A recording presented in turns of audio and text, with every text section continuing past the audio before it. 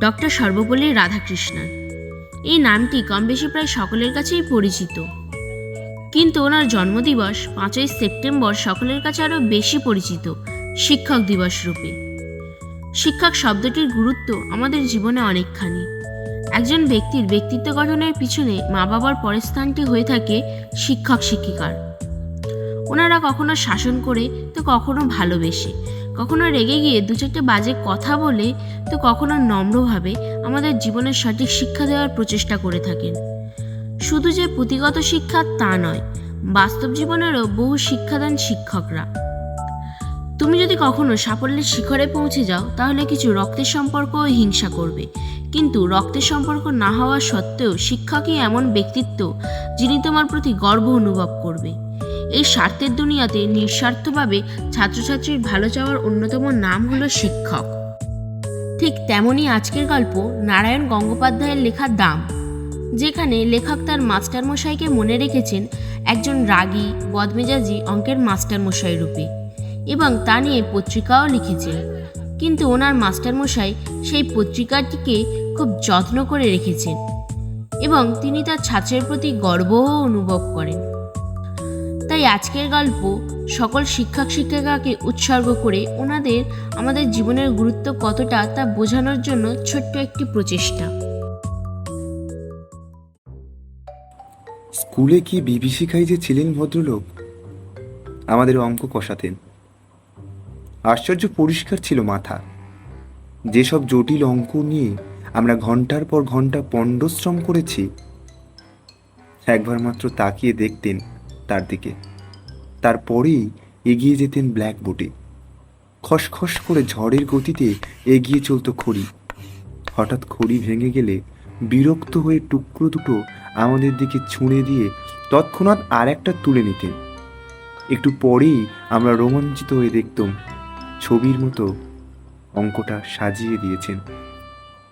পৃথিবীতে যত অঙ্ক ছিল সব যেন তার মুখস্থ, কিংবা মুখস্থ বললেও ঠিক হয় না। মনে হতো আমাদের অদৃশ্য অক্ষরে বোর্ডে আগে থেকেই কষা রয়েছে, অথচ উনি দেখতে পাচ্ছেন ঠিক, আর সঙ্গে সঙ্গে তার উপরে খড়ি বুলিয়ে চলেছেন। অঙ্কে যারা 100-র মধ্যে 100 পায়, ওনার ভয়ে তারাই ততস্থ হয়ে থাকত। আর আমাদের মতো যেসব অঙ্ক বিশারদদের টেনে টুনে 20ও উঠতে চাইতো না, তাদের অবস্থা সহজেই কল্পনা করা যেতে পারে। প্রকাণ্ড হাতের প্রচণ্ড চড় খেয়ে মাথা ঘুরে যেত, কিন্তু কাঁদবার জো ছিল না। চোখে এক ফোঁটা জল দেখলেই ক্লাস ফাটিয়ে হুঙ্কার ছাড়তেন। পুরুষ মানুষ হয়ে অঙ্ক পারিস নে, তার উপর কাঁদতে লজ্জা করে না? এখনই পা ধরে স্কুলের পুকুরে ছুঁড়ে ফেলে দেবো। তা উনি পারতেন। ওনার চড়ের জোর থেকেই আমরা তা আন্দাজ করে নিয়েছিলাম। পুরুষ মানুষ হয়ে অঙ্ক পারে না, এমন অঘটন কল্পনাও করতে পারতেন না মাস্টার মশাই। বলতেন, প্লেটোর দোরগোড়ায় কি লেখা ছিল জানিস? যে অঙ্ক জানে না এখানে তার প্রবেশ নিষেধ। স্বর্গের দরজাতেও ঠিক ওই একই কথা লেখা রয়েছে। যদি সেখানে যেতে চাস তাহলে। স্বর্গের খবরটা মাস্টারমশাই কোত্থেকে জোগাড় করলেন তিনিই জানেন। প্লেটো কে, তার দরজা দিয়ে ঢুকতে না পারলে কি ক্ষতি হবে, এ নিয়ে আমরা কোনোদিন মাথা ঘামাইনি।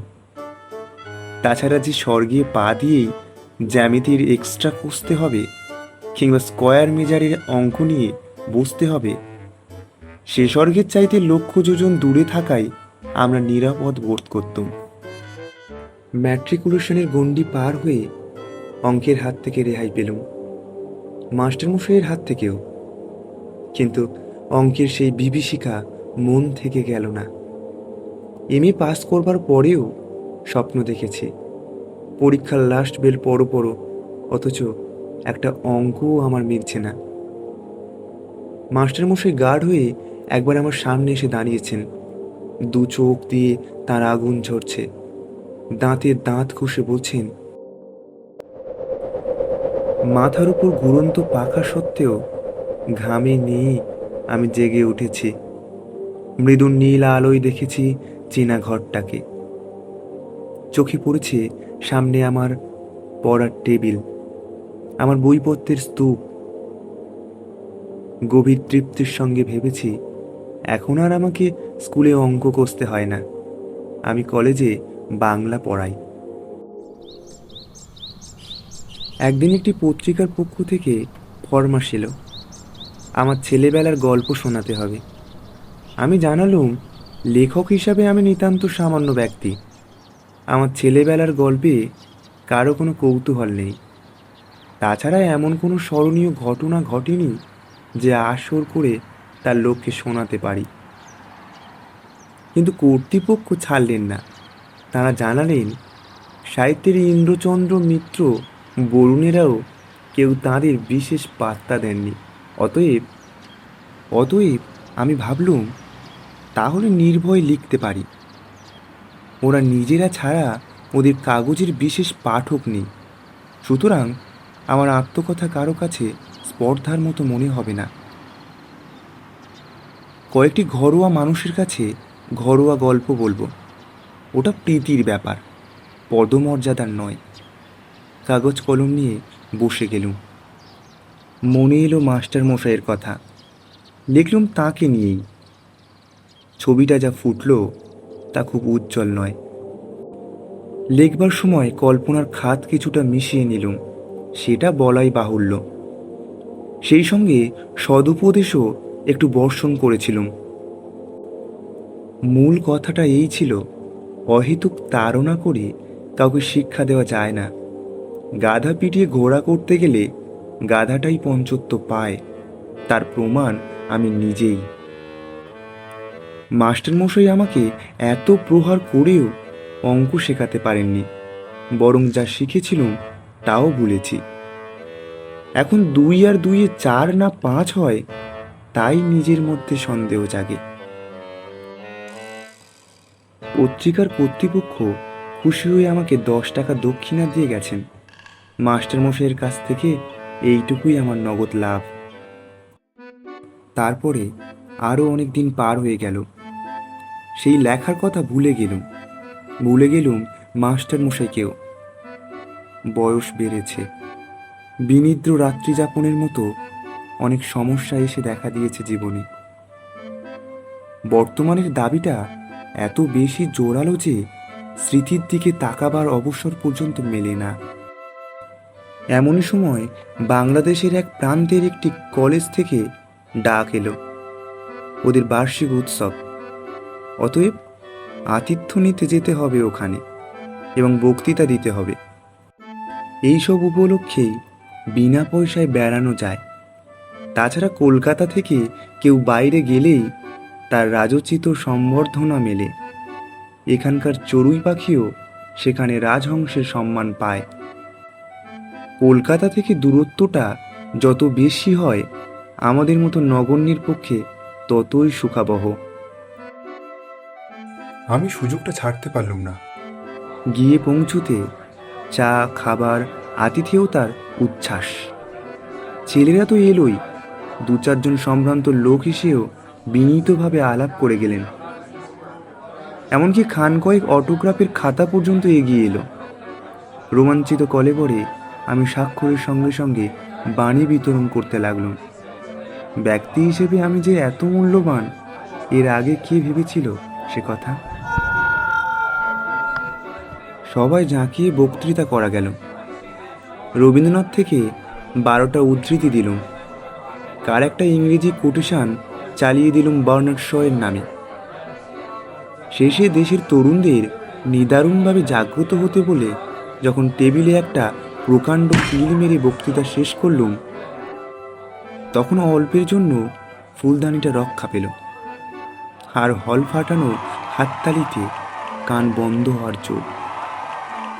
বুড়ো প্রিন্সিপাল পর্যন্ত মুক্ত হয়ে আমাকে বললেন, ভারী চমৎকার বলেছেন আপনি, যেমন সারগর্ভ তেমনই সুমধুর। আমি বিনীত হাসিতে বললুম, আজ শরীরটা তেমন ভালো নেই, তাই মনের মতো করে বলতে পারলুম না। পাশে দাঁড়িয়ে থাকা ছেলেরা বিস্ময়ে চোখ কপালে তুলল। শরীর ভালো নেই তাতেই এরকম বললেন স্যার? শরীর ভালো থাকলে তো... অর্থাৎ প্রলয় হয়ে যেত।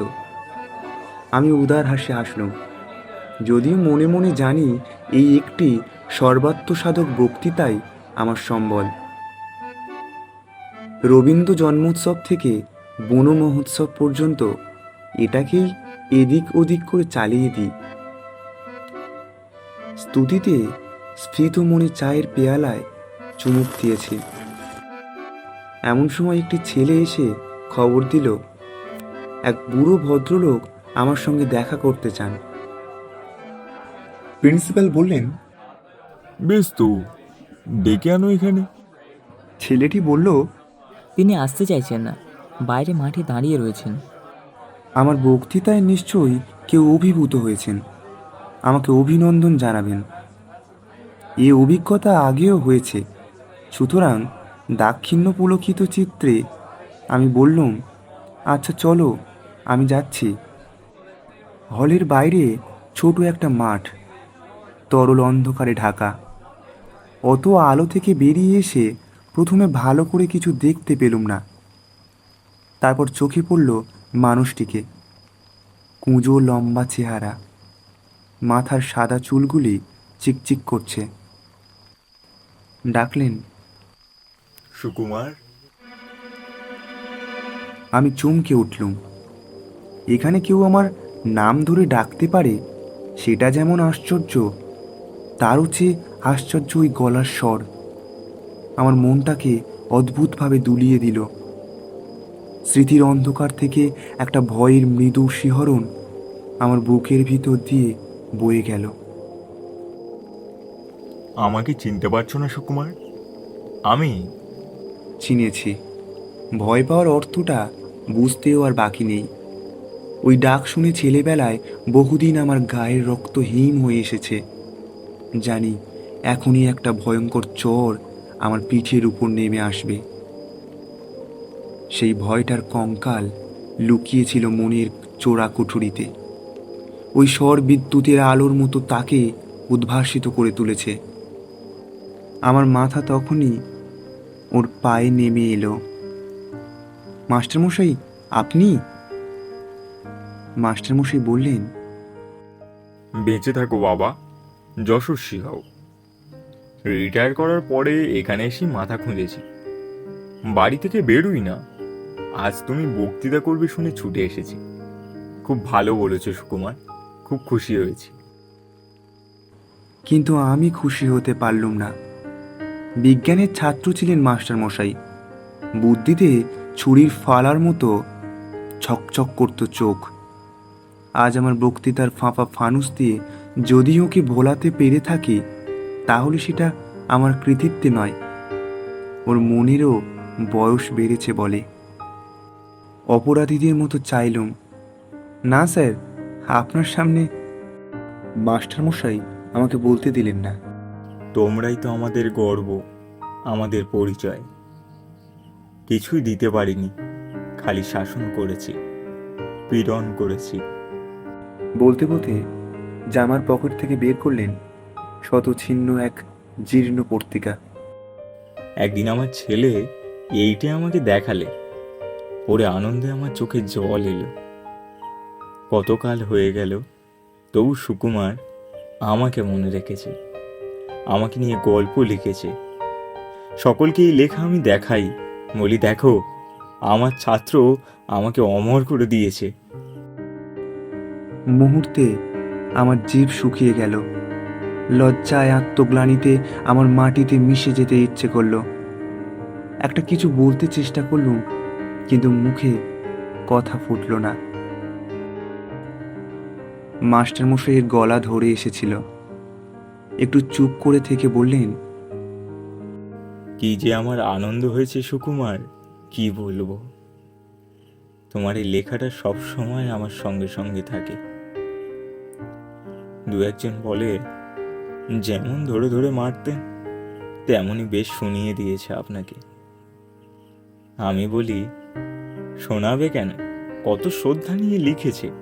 আর সত্যিই তো, অন্যায় যদি করেই থাকি, ওরা ছাত্র, ওরা সন্তান, বড় হলে সে অন্যায় আমার শুধরে দেবে বই কি।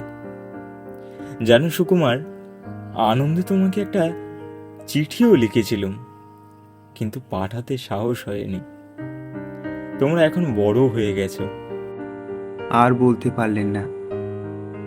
আবছা আলোটায় এখন অভ্যস্ত হয়ে উঠেছিলাম। দেখলুম মাস্টার মশাইয়ের চোখ দিয়ে জল পড়ছে।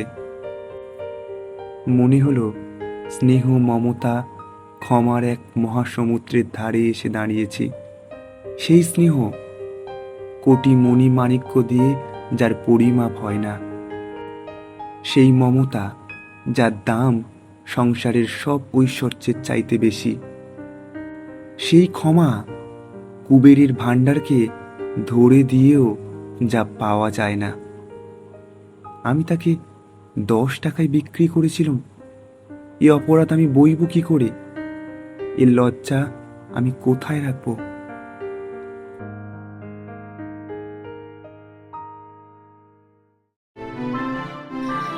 শুনছিলেন নারায়ণ গঙ্গোপাধ্যায়ের লেখা দাম।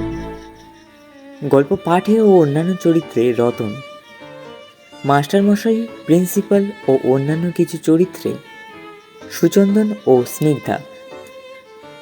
ভিডিওটি শেষ করার আগে সকল শিক্ষক ও শিক্ষিকাদের চরণে আমাদের কল্পতরু টিমের তরফ থেকে কোটি কোটি বিনম্র প্রণাম। শেষ হলো আজকের গল্প।